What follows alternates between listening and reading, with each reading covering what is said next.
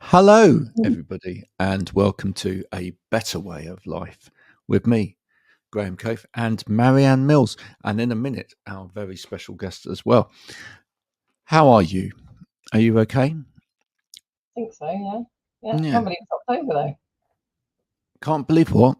It's October. I can't believe it's October. I know. Well, you did a post on that the other day that, the year's just flown by. It's Because gone. September seems to sort of. In fact, the boys last night were reflecting on this, and I think Samuel said he couldn't believe he'd been at college for a month, and then Oliver was the same. I thought, God, you sound like you're old. But it was just quite sweet because they've both gone. Like one's gone to college, and the other one's gone to secondary school. So, although we're actually, I just kind of want to put this out there just very quickly because it is assessment, obviously related. So I've said before, like Samuel's doing music, level 3 production at college. Absolutely, really happy, really happy with it.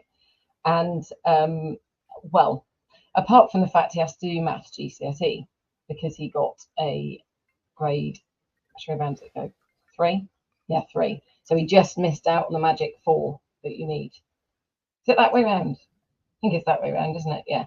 So Yep. he just missed out on it. So we've spoken to college, and college said that we said, could he do functional skills maths because of the difficulties he has got? And they said, no, he has to do GCSE maths.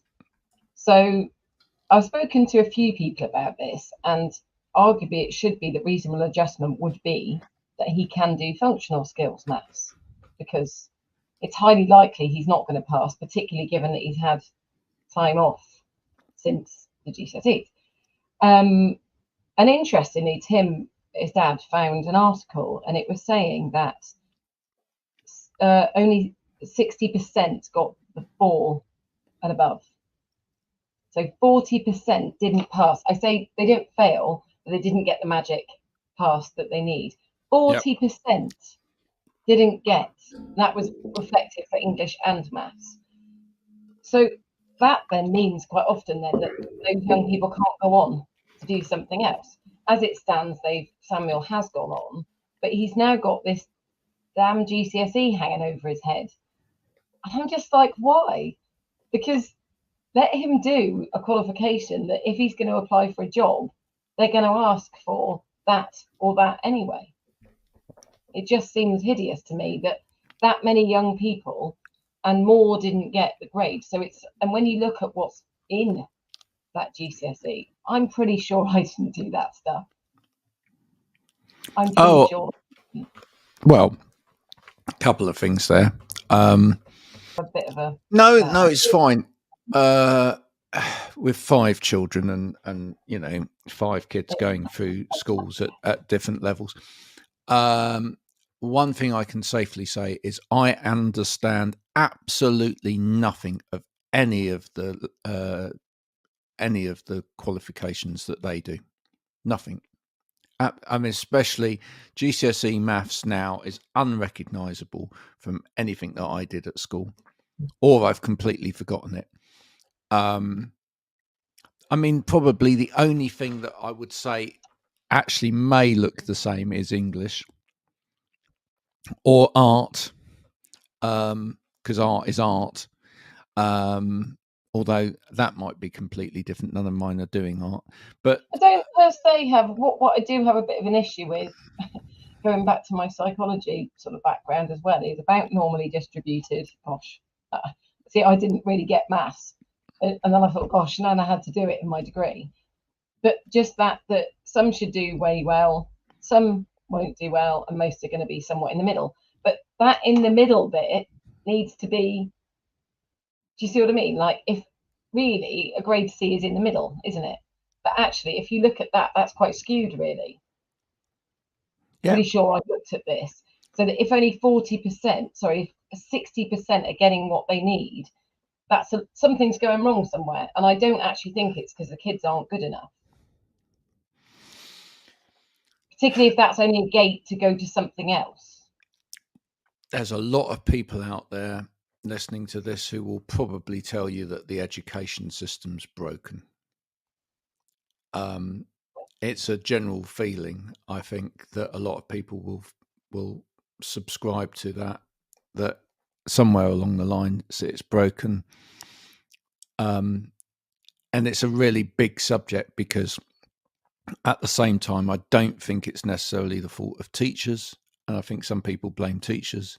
I don't think it's the fault of teachers. No, I'm no. not sure whether it's the fault of the curriculum, whether it's the fault of the fact that we've turned schools into, or schools have become really big business, whether it's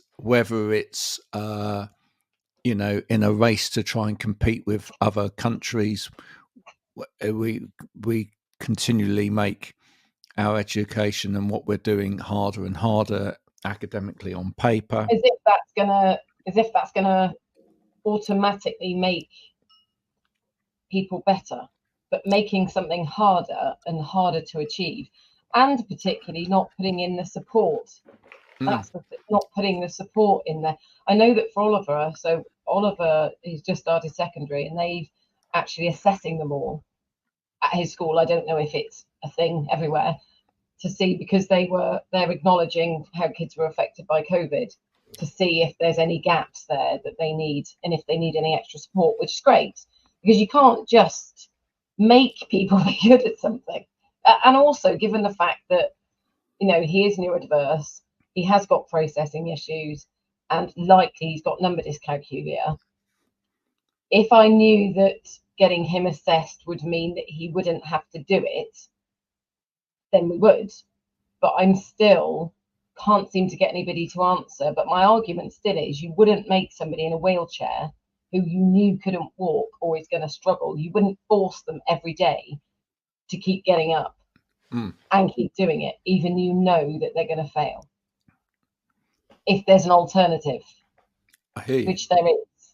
I think this is a very good time to bring in our guest today, who is now sitting there thinking behind the scenes, I'm now going to get asked about this, and look, I've seen it. They've run off.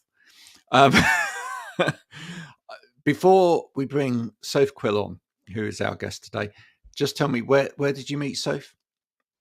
At a disability expo, I think it was, in London last year. She worked for, I don't know if I can name it, was a company that's do fizzy drinks, and there's other ones available. That one, don't know if I can say. Anyway, she represented them, and doing a lot of work around equality and diversity and inclusion. And we clicked because she's got an education background as well, and then we've kind of kept in contact, which is strange because she'll talk about where she's just come from, and I've had a bit to do with that as well. Cool. Well, she may well have an opinion on this then. So welcome, Soph Quill. Hey, thank you for having me. Hello. It's a big subject. Marianne immediately brought up. Sometimes the front bit of the show is normally very light-hearted, but today Marianne railroaded it straight away with something incredibly hard-hitting. Listening to that conversation in the background, so, and we'll get you to do an introduction to yourself in a minute. But any kind of initial thoughts? Yeah, definitely. I mean, one of my favorite quotes is by Einstein, and it's, if you judge a fish by its ability to climb a tree, then it will spend its whole life thinking that it's stupid. And I think that's really what our education system as it stands today is designed for, or how it works in society really, is that the education system we have is designed very specifically for a very specific type of person, and anybody who isn't necessarily the most academic person, whether that be because they're more creative or because they're more practical or because of neurodiversities or whatever it might be, can be left feeling isolated by the education system, and they aren't left to feel as equipped as they could be if the system was different. Is it getting worse, both of you? Is it getting worse, or does it just feel like it's getting worse as we, like a lot of things these days, as we get more aware? I don't know. I don't know. I mean, I struggled with maths. I say I struggled with maths. That's all I could say that it was, that I struggled with maths. I did somehow pass my GCSE. I think my parents paid for a tutor for me because I just didn't get it.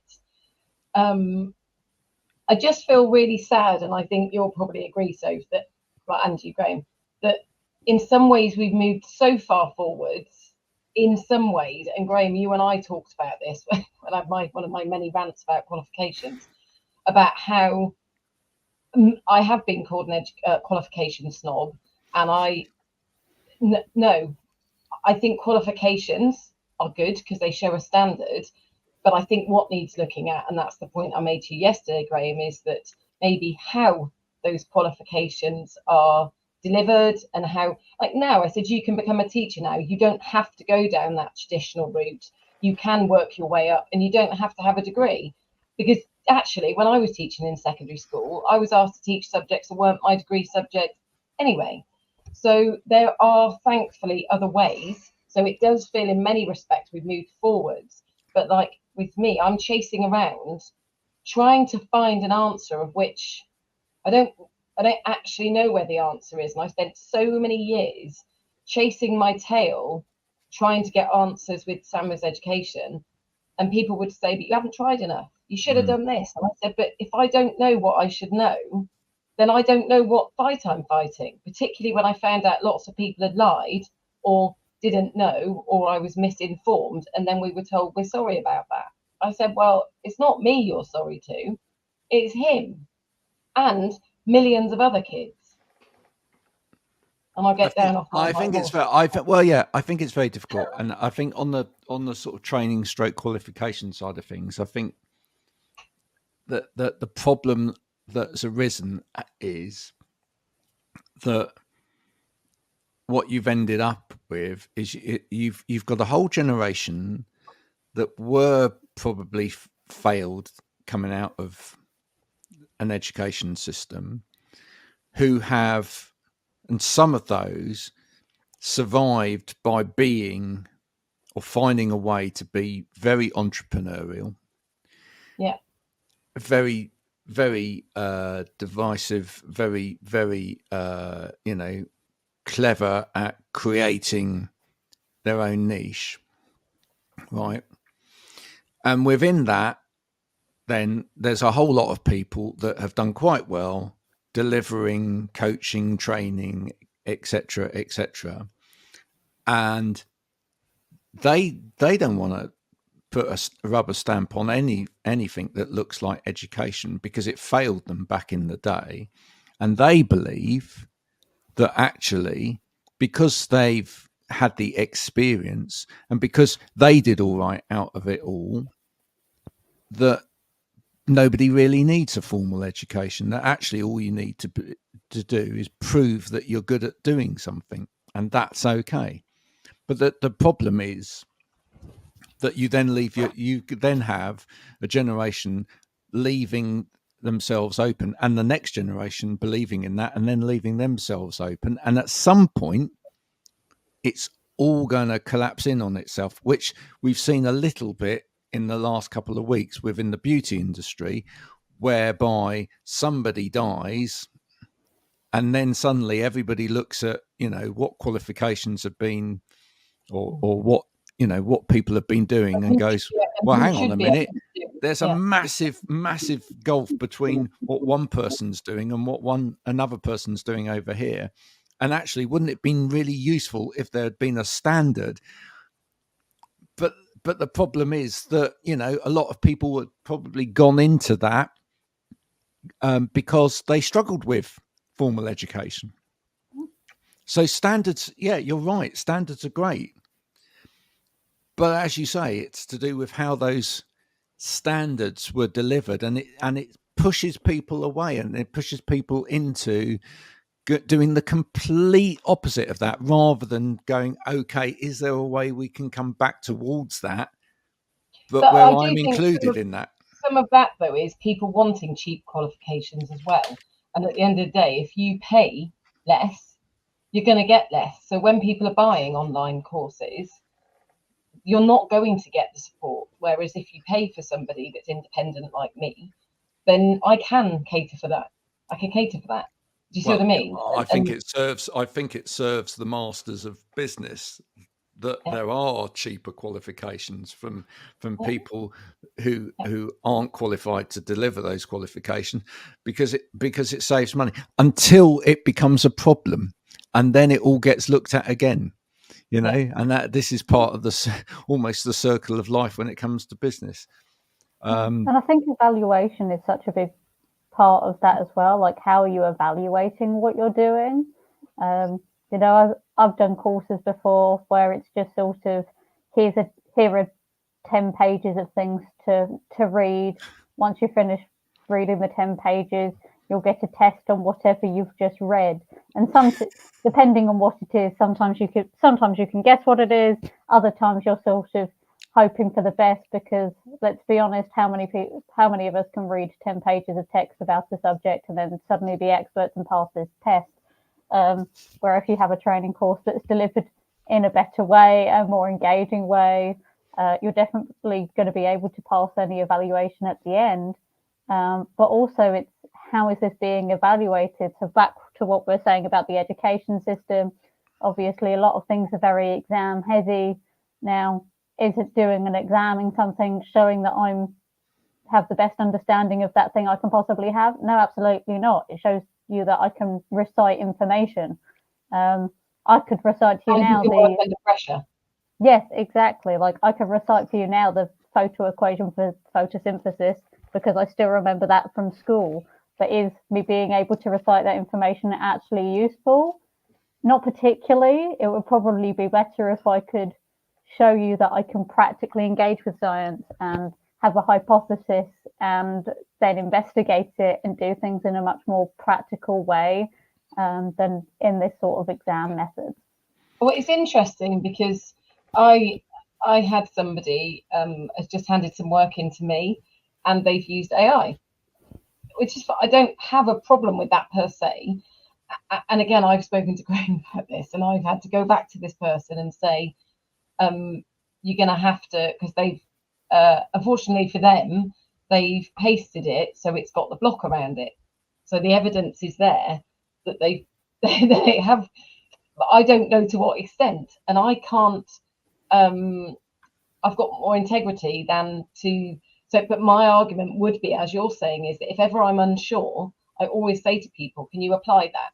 So the theory bit is what it is, but it's when you apply it, that's the thing that's going to tell me whether you've actually understood it or not, which is what you said.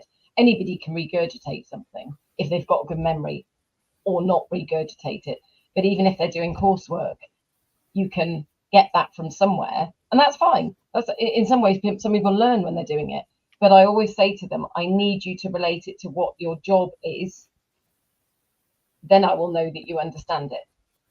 And unfortunately, they haven't. So I've had to deliver the bad news that they're going to have to do it all again. And as I said, it may be that they understand it, but I can't have a red flag against me, because then that will put me under question professionally. Yeah. It's really, really difficult, isn't it? And part of the reason it's really difficult is because logically, if you think about it, there might be a point at which you need to segregate learners, right? But then that has a social impact on them as well. All right. Do you mean learners, or when you're doing assessment? I mean learners, because if you think about it, right, my son, who's at university now studying theoretical physics, and he did further maths. He was one of only 2 people in his year that did further maths, and further maths to me looks like double Dutch. It means diddly squat. All right, it's just a whole load of equations and whatever on a page, etc. He absolutely loves it, right, and his brain completely absorbs that, etc. But maths for me became I lost the interest in maths at the point where it had no practical application whatsoever for me, right? It wasn't until years later when I started running my own business that maths suddenly made sense again to me, because it suddenly had practical application, right? Now, arguably, what should have happened for me is I should have come out of the classroom that I was in at the point where it started, just blurring over. And I should have gone to another classroom over there where they go, let's teach you about VAT. Because you're going to need this. Let's Or teach just you. teach functional skills maths. Here's a shop full of items. Today you've got to put markup on these items. How do you work out markup? This is how you do it. And I'd be going, oh, this makes sense to me, because I'm quite business minded. I want to know how I actually make money. So this would be great. This is practical application maths. All right. Suddenly it would make sense to me. But we can't do that, because we've got to put all of those people in a classroom together, and there's a social aspect to that as well, which is that if we start separating people off and going, well, you're quite academic, Well, you need to go there. You're not academic, you need to go that way, which is they fine. did it with science. They did it with science. When I was at school, you could opt to do one level of science or another. Actually, they put me in for the higher one, and I didn't want to, and then I got a D in it. So they can, and to me, the easier option would be to give people the option of functional skills maths or GCSE maths. Right. Because at the end of the day, if you're not that good at maths, you're probably not going to want to go on and do further maths or higher maths or whatever. And I get that, but what I'm saying is that what complicates it is that there's a whole social aspect to growing up within a group of people. I was put into the other lower group of science. Right. I'm still alive. I was all right. I asked to go into the lower group. No, I asked to go into the lower group. Mm. And they wouldn't let me. So consequently, I struggled in the top one. Yeah. And then I didn't get what I needed. So then I had to retake the site. I had to do biology GCSE, which was then something I didn't really want to have to be doing when I was doing my A levels. Yeah. And I never used it. Sorry. Yes, I get it. Yeah. I think one of the things is you've got to have the balance, haven't you? Where you've got to be in an environment that's going to be best for the person in terms of what they're learning, but also who they're with. So I know that potentially somebody who has dyscalculia, like you mentioned earlier, and struggled with maths might be in a lower set in terms of GCSEs or just general sets at school. But sometimes you'll find that the people in those lower sets are people that are intentionally not trying to apply themselves, and suddenly it makes it even harder for those people with dyscalculia and things, and people who actually want to learn but just struggle with their subject. Yeah. So I think you've also got to find a way of creating that balance and having people who want to learn with other people who want to learn, so that they can benefit the best that they can. Yeah.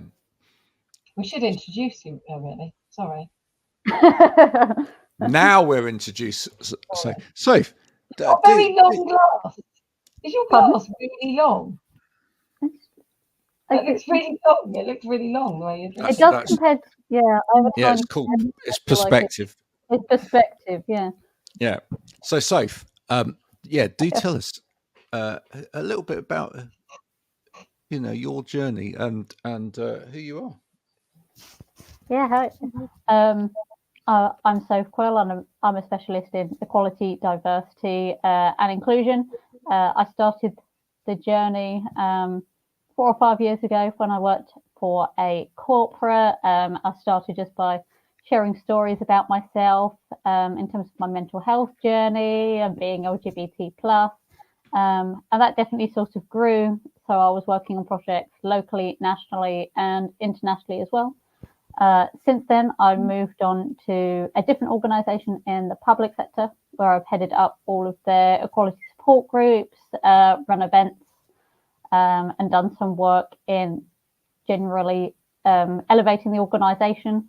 And I also have been doing some consultancy for different organisations, especially in relation to accessible communication and making communication in neurodiverse friendly formats, so that everybody, including the 20% of the population we believe are neurodiverse, are able to access content on websites and applications, but especially when those are public sector or charity content as well, that could be really beneficial for people.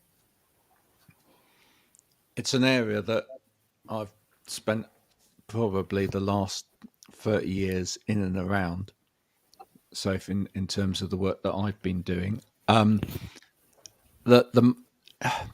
don't know about you, but the longer I kind of spend in the kind of world of EDI and accessibility, inclusion, etc., that almost to some extent, the more confused I get, because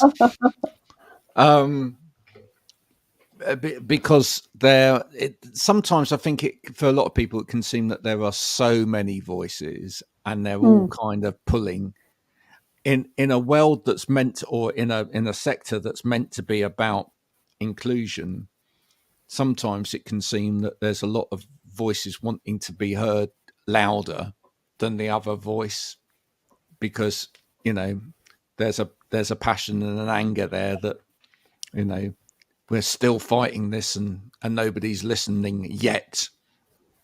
And I don't think that's specifically just relevant to that particular sector, but because of what it is, it can become quite confusing from the outside world. I think that 1 minute someone's telling me to. I mean, I used to go to meetings at universities in my previous role.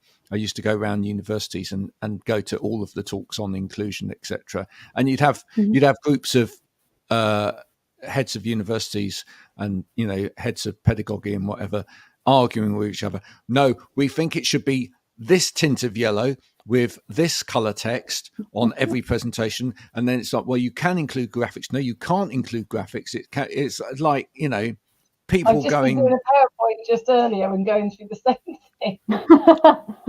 do you know what I mean? And it's like, I definitely know what you mean. Yeah. Have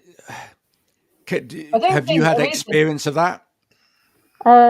Definitely, yeah. I think there's definitely, like you said, lots, especially around colour in terms of accessible communication. I think it's one of those things where with colourful backgrounds, anybody who is listening doesn't know, white as a background colour isn't particularly good for neurodiverse people to be able to read from.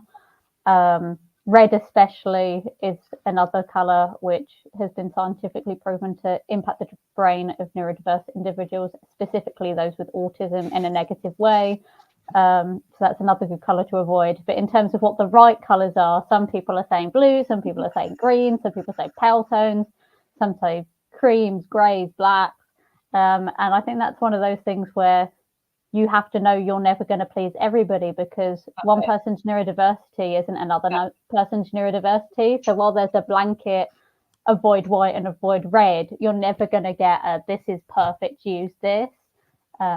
Generally speaking, I think anything, try and make it so that anybody's adaptive settings and things on their computers can use it. So if you can get an application where people can change the background color, like lots of Microsoft apps, for example. If you look on your phone, you can turn your phone into dark mode or various other options as well. So you can make it personalized. So any chance where you can create something that does that, I think is better. I think you're right. I mean, I obviously teach people to teach, and the first thing people panic, well, not one of the first things is, when I go through all that stuff, how should I do this? Or my work says that I should do that. That's the best one, is corporate says we have to do it like this. And I'm like, that corporate doesn't know, kind of thing. But equally, I mean, I had it the other day where I was somewhere and I said, on the spot, I just said, just give me a few minutes, and I just changed the background color of all of the slides. I was able to, just take a couple of minutes to do that. Font wise, I mean, sometimes it'll take a little bit longer, but it is doable. If even you send, I've taught visually impaired students before, and I've asked that question, what do you need from me? Not made an assumption. I've said, what is it you need? To which I got told, can you just send me the PowerPoint so I can make sure each week that it's accessible for me?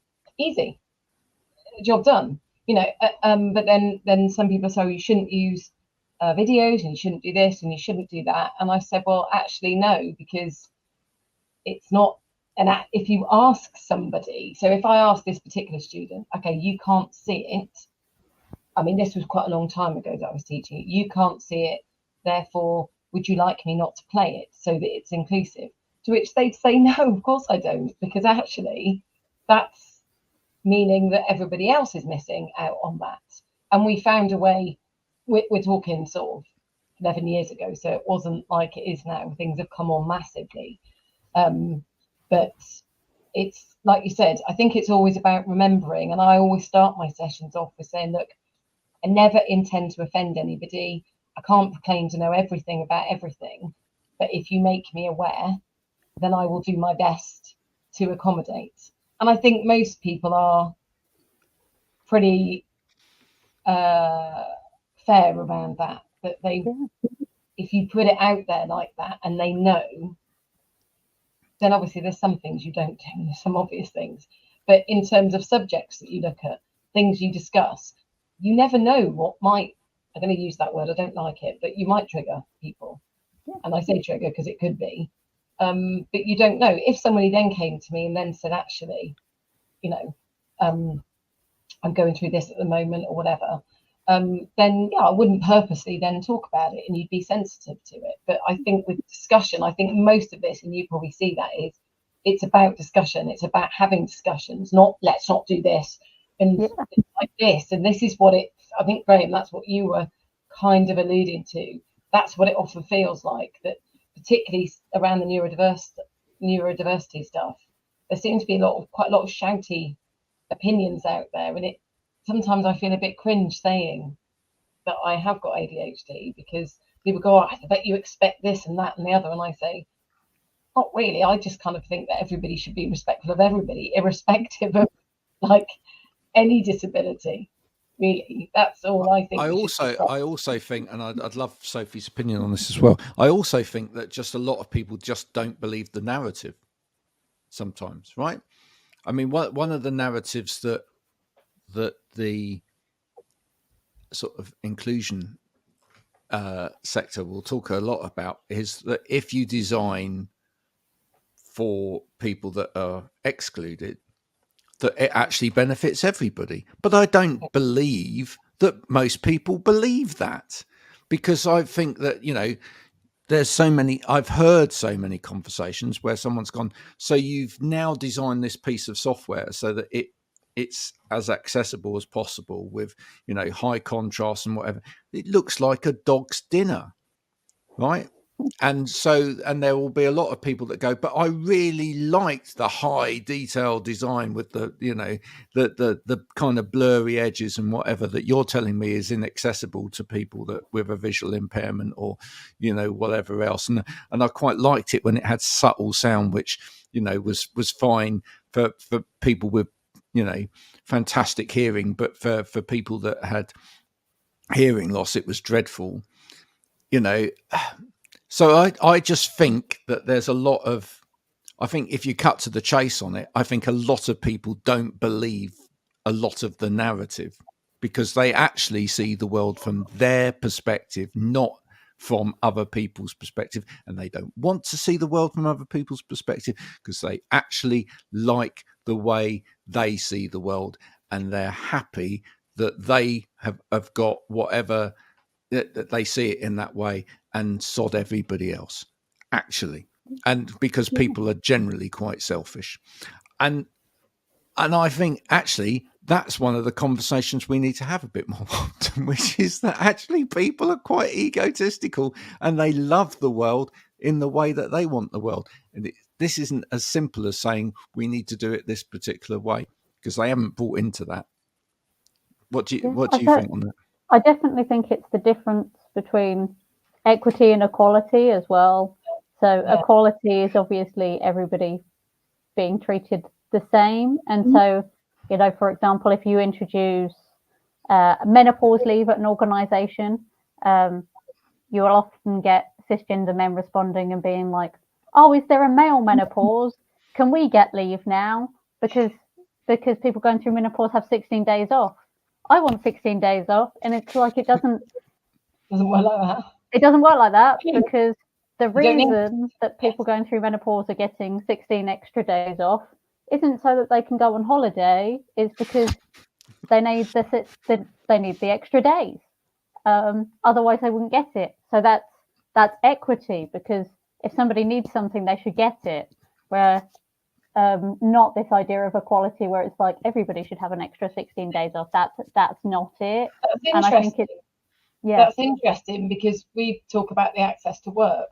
And if I had £1 for every time someone said to me, "You're really lucky that you've got that," and I said, "Well, I wasn't quite so lucky the times that I've lost documents, or that I work quite frequently at whatever time at night, because I just couldn't get my act together." And I can't explain to anybody why I haven't. Yeah, and so many people will say, "You're really lucky that you get that." And I say, well, I don't really think it's luck, because most things take me a long time. And I think Alec Partridge the other day shared something, and it was something like 3 types of days. One where I get nothing done. I think one was something like 8 hours of work done or 4 hours of work done at sporadic periods during the day, or 40 hours of work done in 4 hours. And that just summed up the 3 different. I mean, invariably, you know, I know that you don't work sort of later, Graham. So I sort of, then you get random, what are we on? LinkedIn. You get random LinkedIn messages at whatever time, because that's when I've chosen that my brain then starts working at that time, or literally it is at random stints throughout the day. And so that whole, it's all right for you, but I think a lot of that, I still don't feel comfortable necessarily in how I get it necessarily, because I don't think it's given. And we've had lengthy discussions about how it's given.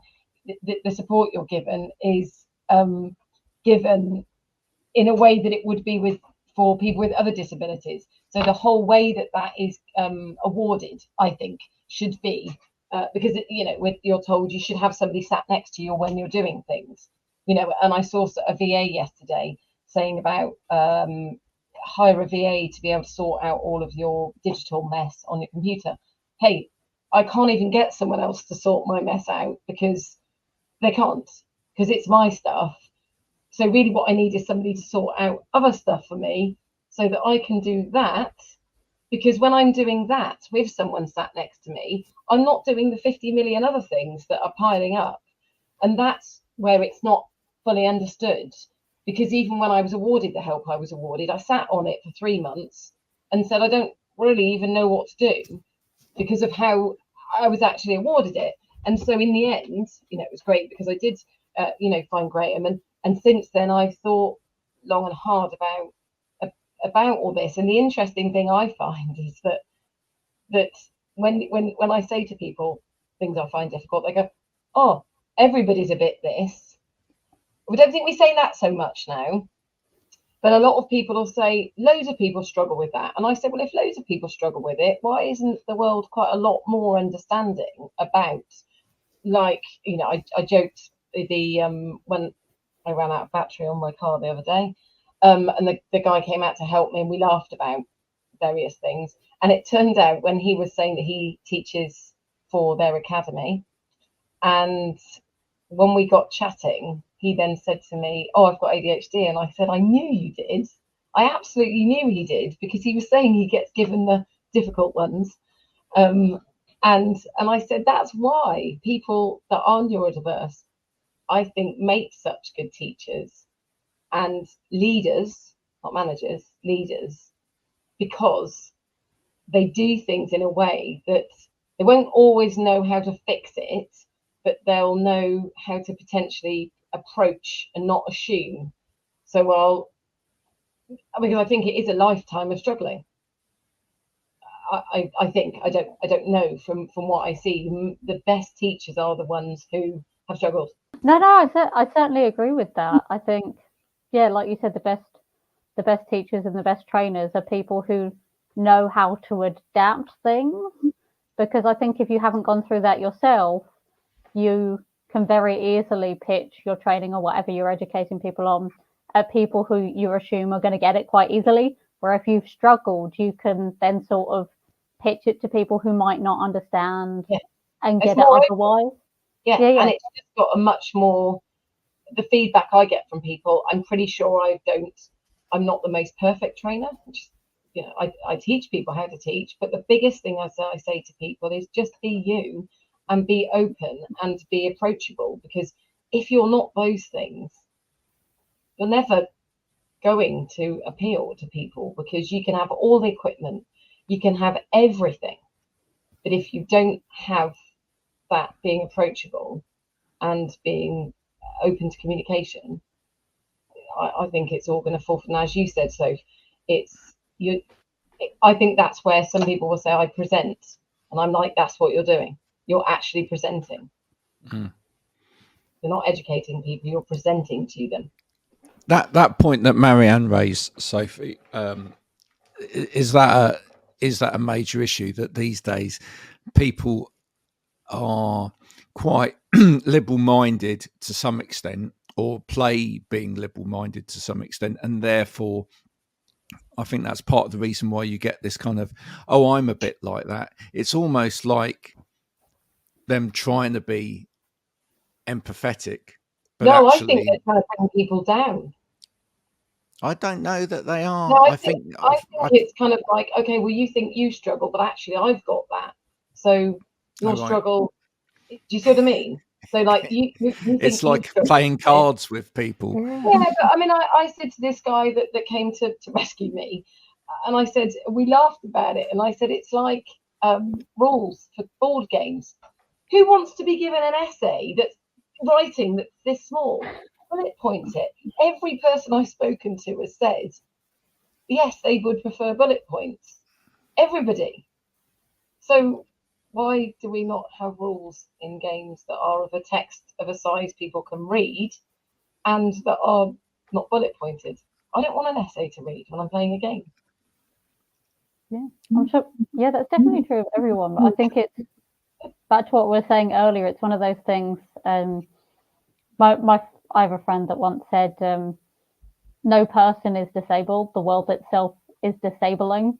And if you stop it being disabling, you stop it being disabling for everybody, because suddenly it is just better for everyone. And I think the bullet points is a great explanation of that, because you're right. Nobody wants to sit there and read that paragraph, that training I mentioned earlier. Nobody wants to sit there and read 10 pages and have that as their training input.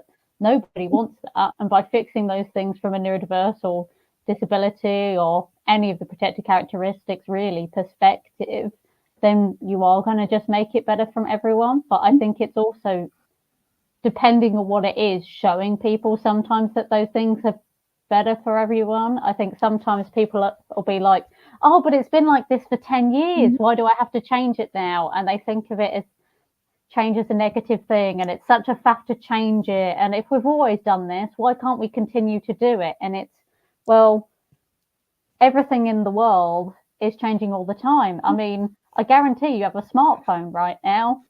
20 years ago, did you have a smartphone? No, because technology has changed. The world has changed. The world is updated. And so that's not just about technology and things we can hold in our hand. That should be about the way in which we adapt and change the world to other people through our increased knowledge and practice and awareness and understanding of others, and ways that we can help them as well. Yeah, I'm gonna disagree with myself slightly here and go and agree with Marianne's point whilst I thought about it, because actually I do wonder whether some of it is point scoring, and I wonder whether it comes from the fact that in a world that is very tech driven, whether some people out there want to be able to score points because they can use it, right?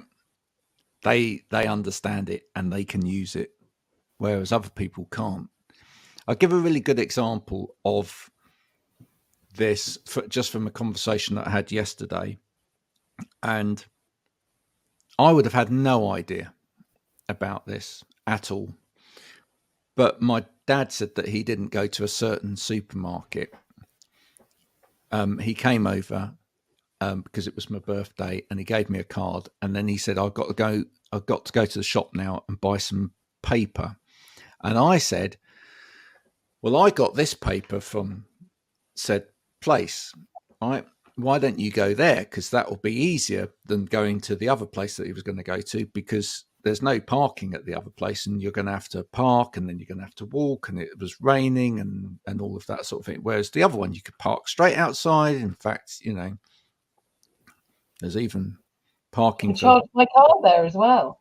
Yeah, exactly. So there was all of that facility there and whatever. And I said, it's actually the paper that you like, and it's, it's actually cheaper than the other place and whatever. And then he said, well, I would, but he said, I'm going to have to queue there a long time. And I looked at him like, what on earth are you on about? You're going to have to queue. I said, you don't have to queue. You just use one of the, serve yourself things. He said, I can't use one of those self-serve things. I don't know how to use them. I never have done it, and I never will do. So now, to my mind, right, and he's in his 80s, etc. Now, I do know 8-year-olds who've got smartphones and pay via Apple Pay and are, completely on it tech-wise and whatever else as well. But I guess in the tech world now, we make a lot of assumptions about tech and the fact that people can use tech, and actually, if things look a particular way, people can use that tech really well, and it's obvious, and it's really, really obvious, right? And I know, coming from the software world, that a lot of assumptions are made in terms of software and whatever, in terms of, oh yeah, people think like that, and if it looks like that, that looks cool, so that's like that. And I also, having come from like a world to do with office design and ergonomics and stuff like that as well, I know, for example, that there was always a constant battle there as well, in that, dare I say it, a lot of architects or office designers will design an office to look beautiful. Like care homes. But it doesn't work in terms of people or function, right? It just, and they would love it if, like, when the people left the office at night, you can actually buy these, all of the chairs swivel back round so that they're all facing exactly the same way, and that all the desks were absolutely clear again, and that there was no sign and that humanity had been there. And if you came in and you took a photograph, it would just all look absolutely beautiful, and the lighting was, ambient, so that it made the office look amazing, so that you could stick it on stick it on a brochure.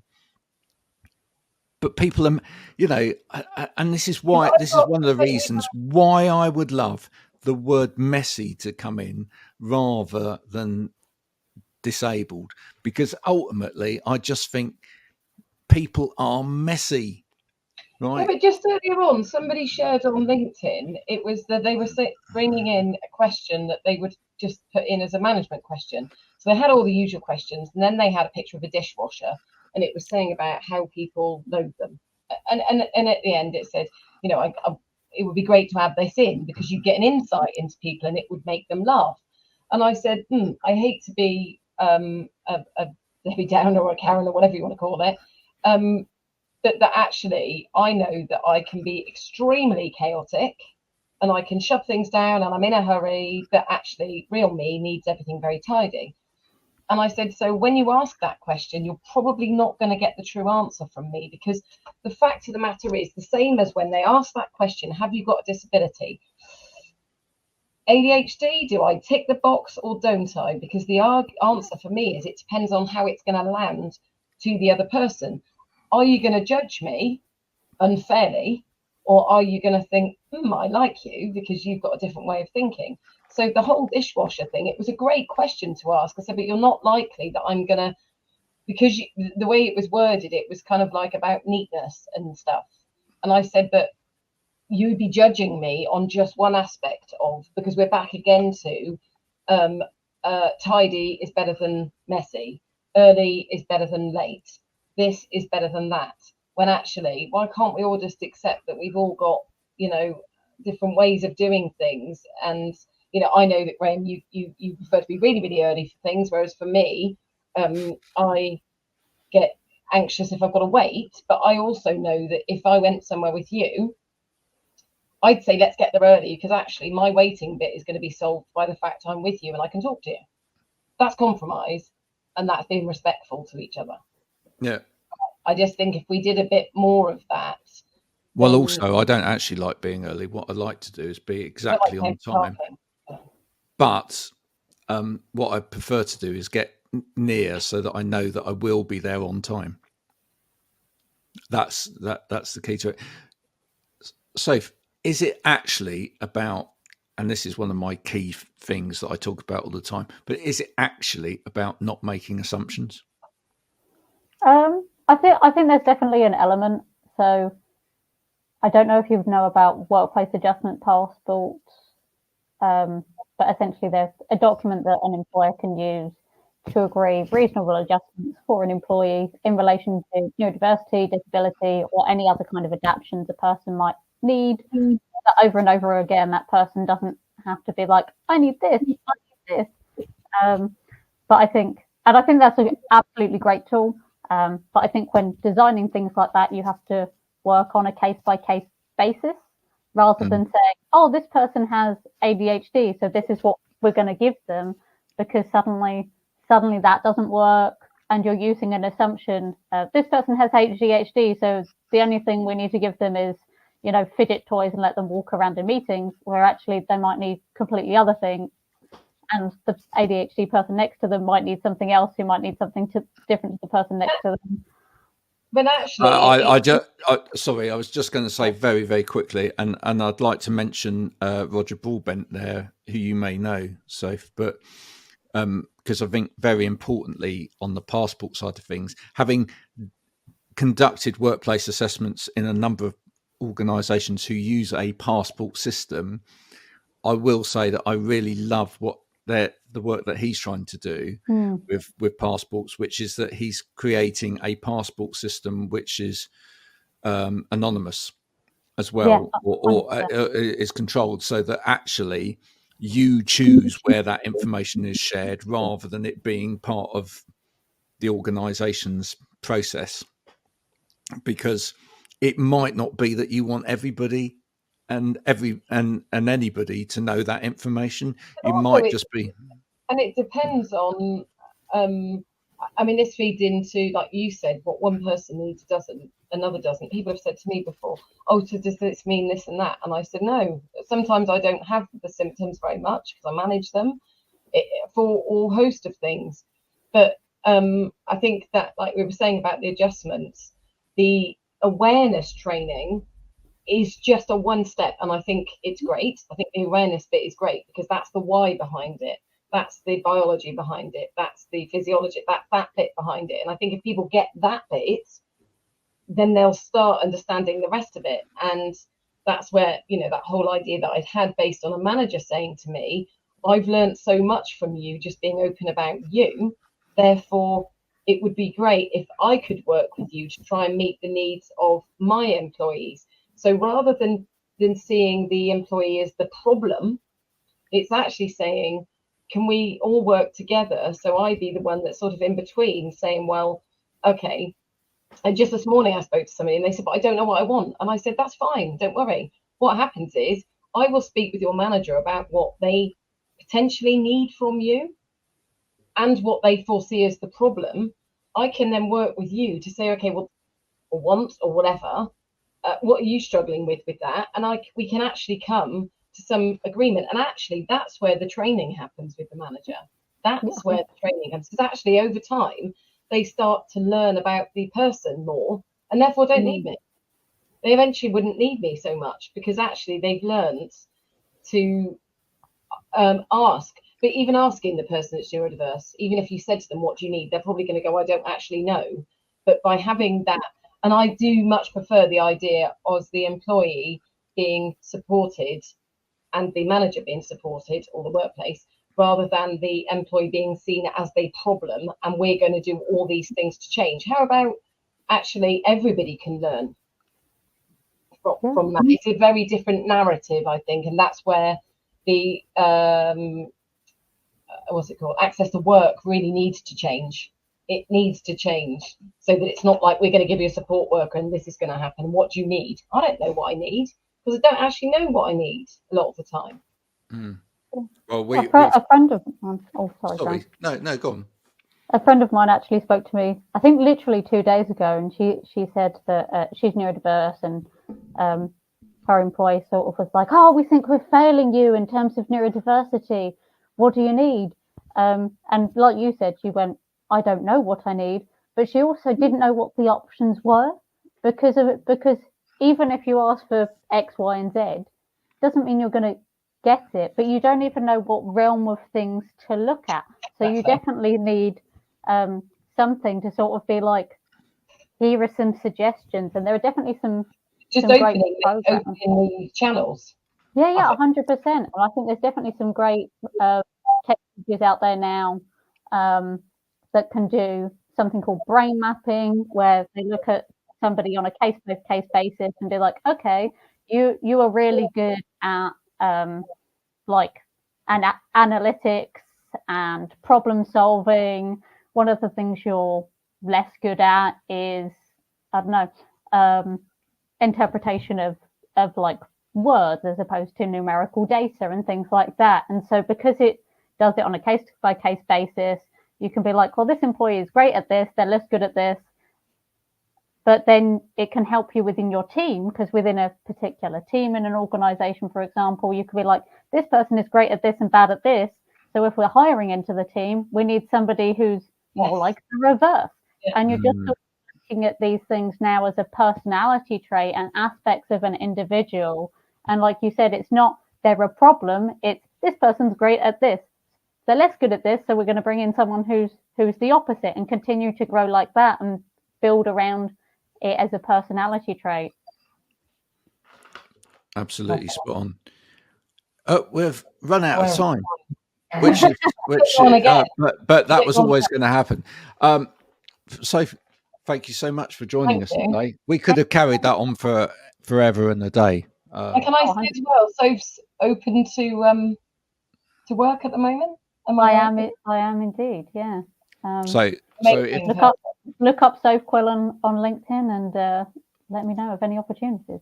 Connect and let her know, folks. Hope you've been you've been made to think from today's show. Normally I think people are forced to think with the conversations that we have. If you haven't been made to think today, probably haven't got a brain in there. There's not a lot I can do about that.